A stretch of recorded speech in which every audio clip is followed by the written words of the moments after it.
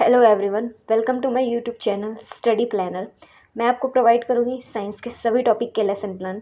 इसके लिए आप मेरे चैनल को सब्सक्राइब ज़रूर करें। तो शुरू करते हैं आज की पाठ्य योजना। आज का टॉपिक रहेगा प्रोटीन। ऊपर देंगे पाठ्य योजना क्रमांक, बाईं तरफ हम देंगे शाला का नाम, कक्षा, विषय, प्रकरण और दाईं तरफ हम देंगे दिन, दिनांक, कालखंड और समय। पहला हेडिंग हम डालेंगे सामान्य उद्देश्य का। अब चूंकि हमारा विषय विज्ञान है तो विज्ञान विषय के लिए हमारा सामान्य उद्देश्य क्या होना चाहिए? छात्रों में वैज्ञानिक दृष्टिकोण का विकास करना, छात्रों में विज्ञान के प्रति रुचि उत्पन्न करना, छात्रों में प्रयोगात्मक व निरीक्षण शक्ति का विकास करना और छात्रों में विज्ञान संबंधी अंधविश्वासों को दूर करना। दूसरा आएगा विशिष्ट उद्देश्य। विशिष्ट उद्देश्य में हम लिखेंगे छात्रों को प्रोटीन से संबंधित जानकारी प्रदान करना। तीसरा आएगा सहायक शिक्षण सामग्री। सहायक शिक्षण सामग्री को हम दो पार्ट में बांटेंगे, परंपरागत शिक्षण सामग्री और नवीन शिक्षण सामग्री। परंपरागत शिक्षण सामग्री में हम जनरली जो क्लासरूम में यूज़ करते हैं जैसे चौक, डस्टर, श्यामपट्ट आदि, ये सब आएंगे। नवीन शिक्षण सामग्री में हमारे टॉपिक से रिलेटेड रहेगा। तो यहाँ पर हम ले रहे हैं चार्ट जो कि प्रोटीन के प्रकार का है। अगला आता है पूर्व ज्ञान। पूर्व ज्ञान में हम लिखेंगे छात्र प्रोटीन के बारे में सामान्य जानकारी रखते हैं। अगला आएगा प्रस्तावना। प्रस्तावना को हम 3 पार्ट में बांटेंगे, क्रमांक, छात्राध्यापिका कार्य और छात्र कार्य।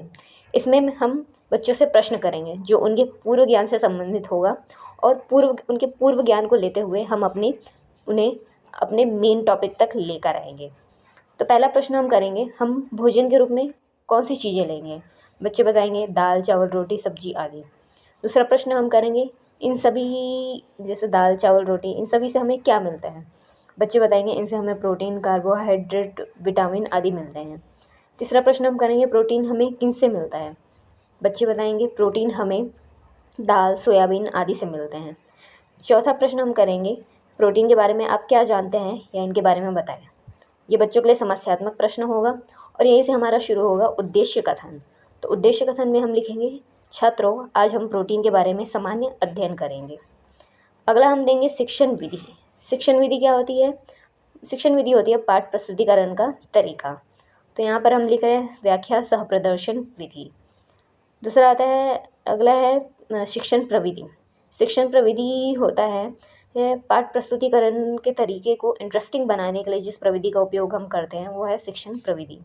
तो यहाँ पर हम ले रहे हैं प्रश्नोत्तर प्रविधि और उदाहरण प्रविधि। अगला आता है शिक्षण सूत्र। शिक्षण सूत्र क्या होता है? ये हमारे पाठ प्रस्तुतिकरण को दिशा प्रदान करता है। तो इसमें पहला हमने लिया है ज्ञात से अज्ञात की ओर और दूसरा सरल से जटिल की ओर। अगला आता है प्रस्तुतिकरण। प्रस्तुतिकरण को हम 5 भाग में बांटते हैं, क्रमांक, शिक्षण बिंदु, छात्राध्यापिका कार्य, छात्र कार्य और श्यामपट्ट कार्य। तो पहला शिक्षण बिंदु हम देंगे प्रोटीन की परिभाषा का। छात्राध्यापिका कार्य में हम बताएंगे कि प्रोटीन अमीनो अम्ल के मिलने से बनते हैं। छात्र कार्य में हम लिखेंगे छात्र ध्यानपूर्वक सुनेंगे। दूसरा शिक्षण बिंदु हम देंगे खोज। छात्राध्यापिका कार्य में हम बताएंगे कि प्रोटीन शब्द कहाँ से लिया गया है और इस प्रोटीन शब्द को सबसे पहले कौन से वैज्ञानिक ने दिया था। छात्र कार्य में हम लिखेंगे छात्र ध्यानपूर्वक सुनेंगे व महत्वपूर्ण बिंदुओं को नोट करेंगे। श्यामपट्ट कार्य में प्रोटीन शब्द का सबसे सर्वप्रथम उपयोग जिस वैज्ञानिक ने किया था उसका नाम लिख देंगे। अगला शिक्षण बिंदु आएगा प्रोटीन के संगठन का। प्रोटीन किन किन से मिलकर बने होते हैं? कार्बन, हाइड्रोजन, ऑक्सीजन, नाइट्रोजन, और इनकी मात्रा कितनी होती है, ये कितने % में पाए जाते हैं, ये हम बताएंगे। छात्र कार्य में हम लिखेंगे छात्र ध्यानपूर्वक सुनेंगे व महत्वपूर्ण बिंदुओं को नोट करेंगे। इसके बाद हम अगला शिक्षण बिंदु हम देंगे संरचना का। छात्राध्यापिका कार्य में हम प्रोटीन की संरचना के बारे में बताएंगे और इसमें मेन है कि ये प्रोटीन जो है वो बहुत सारे अमीनो अम्ल से मिलकर बना होता है और ये अमीनो अम्ल जो है वो आपस में पेप्टाइड बंध के द्वारा जुड़े होते हैं। श्यामपट्ट कार्य में हम ये जो मेन पॉइंट है उसको लिख देंगे कि 2 अमीनो अम्ल जो है वो आपस में पेप्टाइड बंध द्वारा जुड़े होते हैं। अगला शिक्षण बिंदु हम देंगे प्रोटीन का वर्गीकरण। छात्राध्यापिका कार्य में बताएंगे कि प्रोटीन को उनके गुण के आधार पर कितने प्रकार में बांटा गया है। तो पहला प्रकार आएगा अणु की संरचना के आधार पर। इसके आधार पर जो पहला प्रोटीन पाया जाता है वो है तंतुवत प्रोटीन। तंतुवत प्रोटीन कहाँ पाया जाता है? जैसे बाल, नाखून, सींग आदि में केराटिन के रूप में ये तंतुवत प्रोटीन पाए जाते हैं। छात्र कार्य में हम लिखेंगे छात्र ध्यानपूर्वक सुनेंगे व महत्वपूर्ण बिंदुओं को नोट करेंगे। अगला प्रकार है गोलाकार प्रोटीन। गोलाकार प्रोटीन कहाँ पाए जाते हैं? ये एंजाइम, एल्ब्यूमिन और हीमोग्लोबिन और सांप के जहर में ये गोलाकार प्रोटीन पाए जाते हैं।